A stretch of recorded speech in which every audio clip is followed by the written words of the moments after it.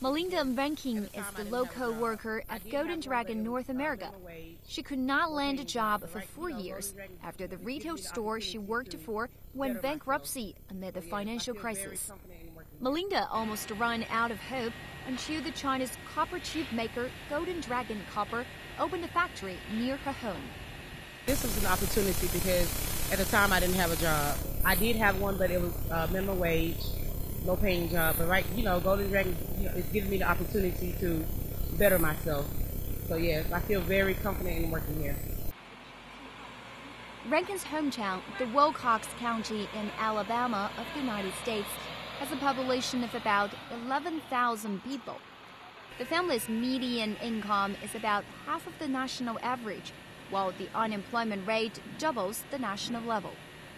George Alford, manager of the Wilcox County Industrial Development Authority, says there had been no industrial investment since an apparel manufacturer moved out of town in the 1970s.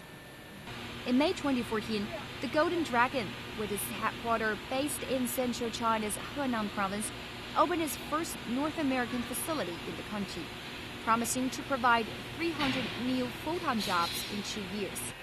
This is expected to help cut the county's jobless rate by half. There are many reasons pushing the Chinese companies investing overseas, including pressure for stronger RMB and domestic industry upgrading. China now is losing its advantage as a resource-intensive manufacturing country. So from the company's perspective, you should always follow the market and find the chance there. Golden Dragon's compound, a 2-hour drive from Birmingham, Alabama's largest city, spans 100 acres on the side of the Road 5. It has 190 American workers and 60 Chinese engineers and translators. The company imports copper from Chile, processes them in Alabama, and sells them to air conditioning makers in countries across the globe. In order to convince Golden Dragon to land in Wilcox, local authority supplies free land and tax breaks, and even builds roads and bridges connecting the plant with the highway for free. Amid the bustling fanfare, Roger John remains cautious and calm, saying the company is far away from success. While U.S. workers mark their Chinese names on the helmets, communication and culture barrier become the biggest challenge facing the company. It's a great opportunity. It's a great challenge in doing it. Issues like communication.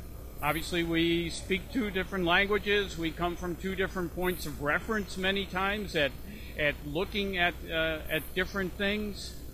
For example, the color white. White's a positive color here. White can mean funerals in China. So just when we discussed our grand opening, the tent was white. So we come at things maybe from 2 different perspectives and how we look at things as an example. The company wants to bring more translators and logistics personnel from China to Alabama, but their visa applications are turned down. Besides, due to the appreciation of the Chinese currency, the rising cost of labor, and the great pressure on industry restructuring, Roger John says China is gradually losing its advantage as a global manufacturing hub based on intensive resource consumption. And enterprises will surely like to steer themselves to places where the cost is low and the market demand is high.